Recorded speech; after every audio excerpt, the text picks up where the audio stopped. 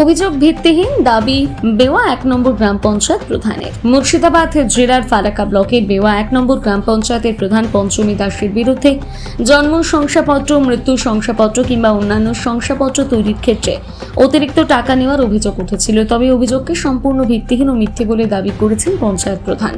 তিনি জানান, ২০১৩ থেকে ২০১৮ পর্যন্ত যে সময় পঞ্চায়েতের প্রাক্তন প্রধান দায়িত্বে ছিলেন তখনই শংসাপত্র প্রদানের জন্য একটি রেজুলেশন পাস হয়। বর্তমানে সেই রেজুলেশন মেনে শংসাপত্র দেওয়ার কাজ হচ্ছে। কোনো অতিরিক্ত টাকা নেওয়া হয় না। যে টাকা নেওয়া হয় তার সরকারি নথি অনুযায়ী নেওয়া হয়। দুর্নীতির অভিযোগ একেবারে ভিত্তিহীন।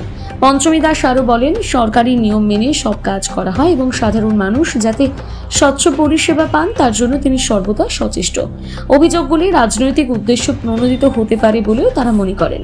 এ নিয়ে গ্রামে ইতিমধ্যে নানান আলোচনা শুরু হয়েছে। সাধারণ মানুষ কারো কারো অভিযোগে বিভ্রান্ত হলেও পঞ্চায়েত প্রধানের বক্তব্যে অনেকটাই স্বচ্ছতা এসেছে বলে মন্তব্য করছে এলাকার বাসিন্দারা।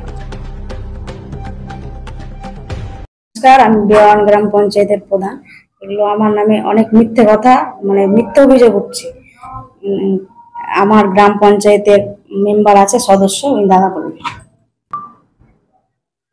নমস্কার, আমি বেওয়ান গ্রাম পঞ্চায়েতের এই ওয়ার্ডের পঞ্চায়েত যেখানে আছে এই ওয়ার্ডের আমি সদস্য। প্রথমেই আমি একটা কথা বলবো যে আমাদের বেওয়ান গ্রাম পঞ্চায়েতের প্রধানের সম্বন্ধে যে অ্যালিগেশনটা এসছে সেটা পুরোপুরি ভিত্তিহীন অভিযোগ।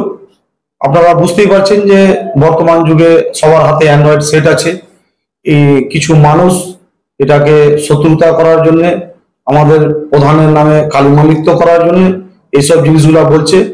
যে আমাদের দেশের মাননীয় মুখ্যমন্ত্রী জন্ম থেকে মৃত্যু যেখানে মানুষকে এত পরিষেবা দেওয়ার জন্য বলেছে, সে সরকারের প্রধানের কখনোই এত বড় সাহস হবে না যে মানুষকে পয়সা দিয়ে জন্ম সার্টিফিকেট বা মৃত্যু সার্টিফিকেট নেওয়ার। এটা কখনোই, এটা আমি মনে করি না আর কি। এবং সাথে সাথে আপনাদেরকে আরেকটা জিনিস বলতে চাই যে রসিদের কথাটা বলছে সেটা পূর্বের ২০১৩ সালে মনমোহন রায় তৎকালীন প্রধান ছিলেন। সেই সময় সম্ভবত ২০১৭ সাল হবে, তখনকার দিনে একটা রেজুলেশন করে, সেই রেজুলেশনের কপি আমাদের এতে রেকর্ড আছে। তখন থেকেই এই রসিদ দিয়ে আর কি ডেথ বা বার্থের যে সার্টিফিকেটটা দেওয়া হয় তার ৫০ টাকা করে এটা আমাদের ওন ফান্ডের জন্য বাড়ানোর জন্য। এবার ওন ফান্ডটাও সেটা গভর্নমেন্টের ঘরে জমা হয়। প্রথমত যেটা কালেকশন হয় তার জন্য পাকা রসিদ দেওয়া হয়। রসিদটা একসাথে টাকাটা জমা করে দিয়ে সেটা গভর্নমেন্টের ফান্ডে জমা হয়।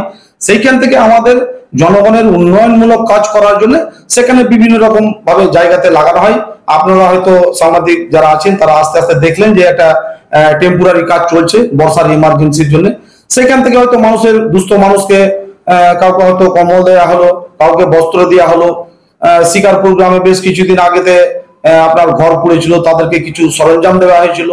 কেউ হয়তো মারা গেল, শ্মশানের কিছু খরচ সেসব প্রধানকে এইখান থেকে মেনটেন করতে হয় আর কি। আমাদের বেওয়ান গ্রাম পঞ্চায়েতের ২১ জন গ্রাম পঞ্চায়েতের মেম্বার, ৩ জন পঞ্চায়েত সমিতি, এখানে বিশাল বিস্তর একটা পঞ্চায়েত। সেই পঞ্চায়েতে এখানে আপনার পার্শ্বে ডিয়ার ফরেস্ট গ্রাম আছে, সেইখানে নৌকো পারাপার করার জন্য ওখানে মেনটেন করতে হয়। মাঝিরা আছে, তাদের দড়ির ব্যবস্থা করতে হয়। প্রচুর ছাত্রছাত্রী স্কুলের যাতায়াত করে। এই জন্য আমাদের বেওয়ান গ্রাম পঞ্চায়েতের প্রধান উনি সব সময় আমাদের যে মাননীয় মুখ্যমন্ত্রী আছেন তাকে ফলো করেন এবং নিজেও উনি খুব সৎ এবং সরল, এইটুকুন আমি বলবো। নমস্কার, আমার নাম জগবন্ধু ঘোষ, বেওয়ান গ্রাম পঞ্চায়েতের সদস্য।